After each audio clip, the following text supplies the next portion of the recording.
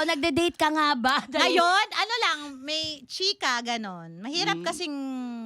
Eto lang kasi, pagka pumupunta ako ng Europe, di ba? Ang lagi ko lang sinasabi sa mga afam. Wow, mga afam! Mga Go. Guys, mga... Hindi.